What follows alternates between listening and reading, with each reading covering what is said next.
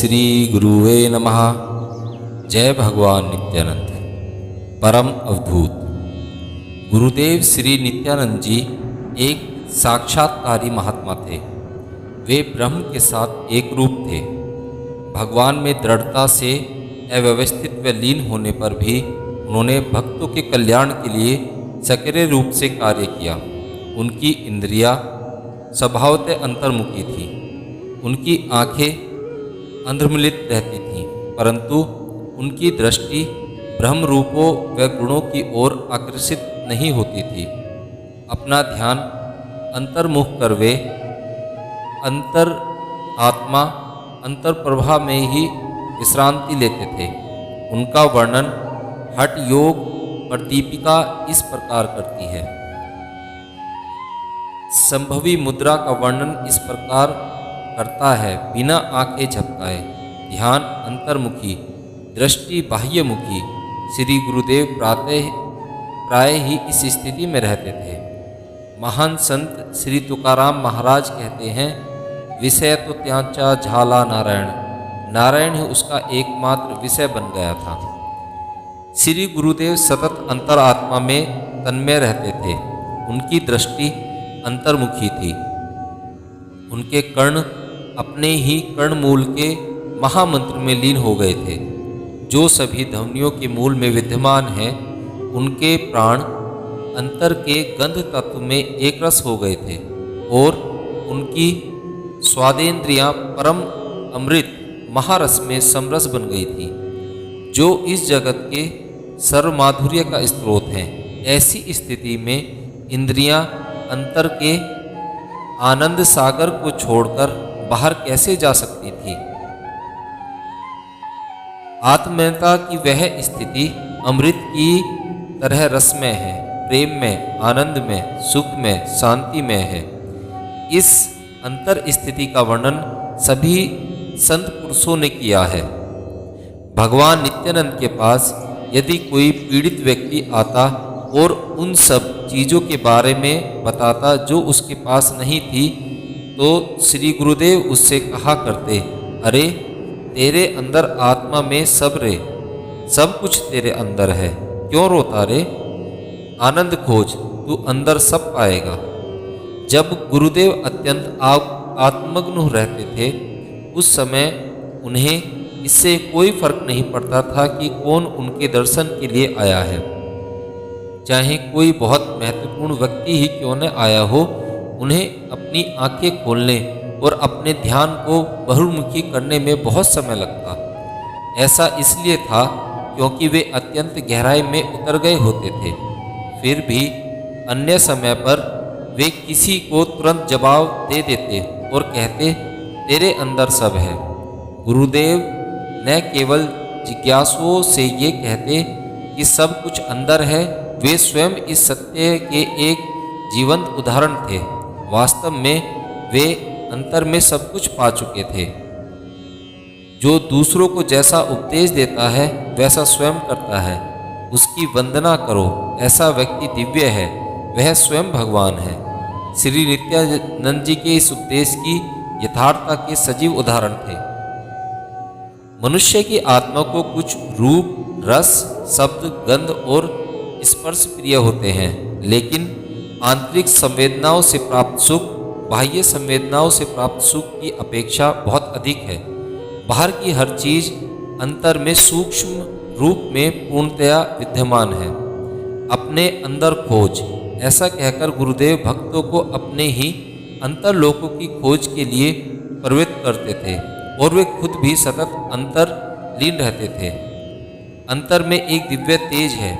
इस मनोहर तेज को देखते देखते योगीजन अपने आप को भूल जाते हैं। वास्तव में कोई भी भाषा, कोई भी शब्द इस उत्कृष्ट तेज का वर्णन नहीं कर सकता।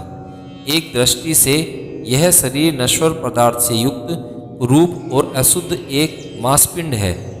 जब किसी व्यक्ति की मृत्यु हो जाती है और दिव्य चेतना एक सूक्ष्म ज्योति में शरीर को छोड़ जाती है, तब वह मृत शरीर बहुत से लोगों को एक डरावना दृश्य लगता है। वह शरीर अत्यंत प्रिय रहा हो तो भी दिव्य चेतना द्वारा उसे छोड़ देने के पश्चात उस शरीर को देखकर घृणा होती है। आप उस मृत शरीर की ओर से आंखें फेर लेते हैं। वह दिव्य चेतना कितनी सुंदर होगी जिसने उस शरीर को तेजयुक्त और प्रेम योग्य सौंदर्य युक्त बनाया। वह ज्योति कितने तेजोमय होगी जिसकी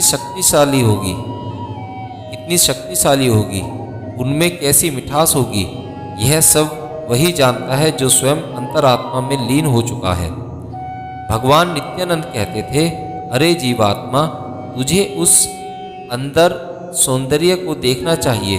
वह कितना मधुर, कैसा मोहक, कैसा आनंदमय है। उस अंतर समुद्र का एक बिंदु भी तुझे बाहर नहीं मिल सकता। इसलिए अंतर्मुखी हो जा, ध्यान कर, ध्यान कर, ध्यान कर। ऐसा उनका संदेश था। अंतर जगत का एक और आकर्षण है ध्वनि। मधुर शब्द सभी को बहुत प्रिय लगते हैं। वन के पक्षी अपने मधुर स्वर में अपनी बात कहते हैं।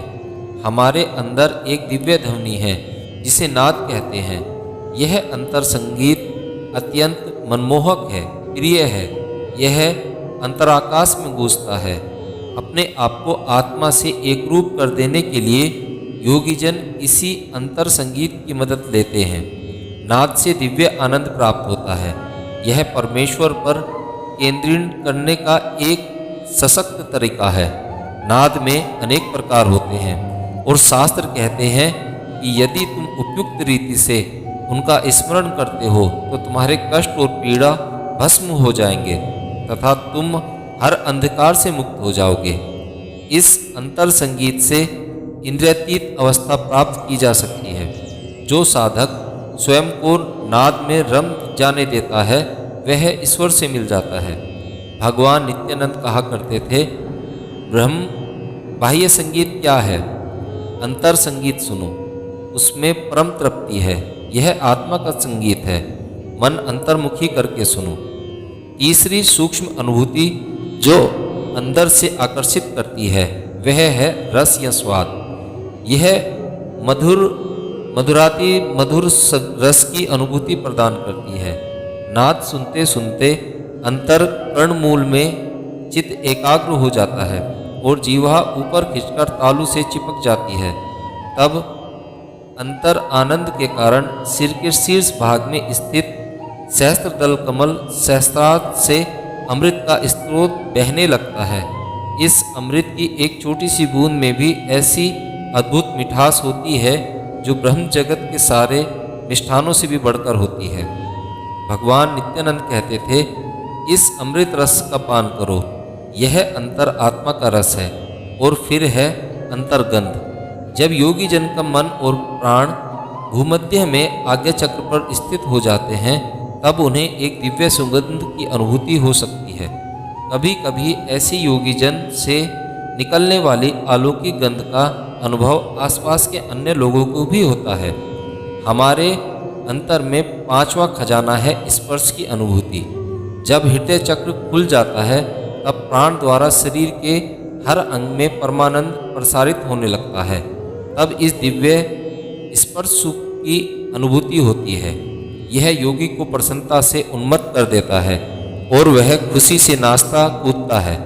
वह अत्यधिक प्रेम में सरोवर हो जाता है। अपनी कामनाएं पूर्ण होने से वह अपने सौभाग्य पर अचंभित हो स्वयं को कृतज्ञ समझता है। भगवान नित्यानंद अपने भक्तों से हमेशा कहते थे, तेरा सर्व सुख तेरे अंदर ही सर्वपूर्ण में है।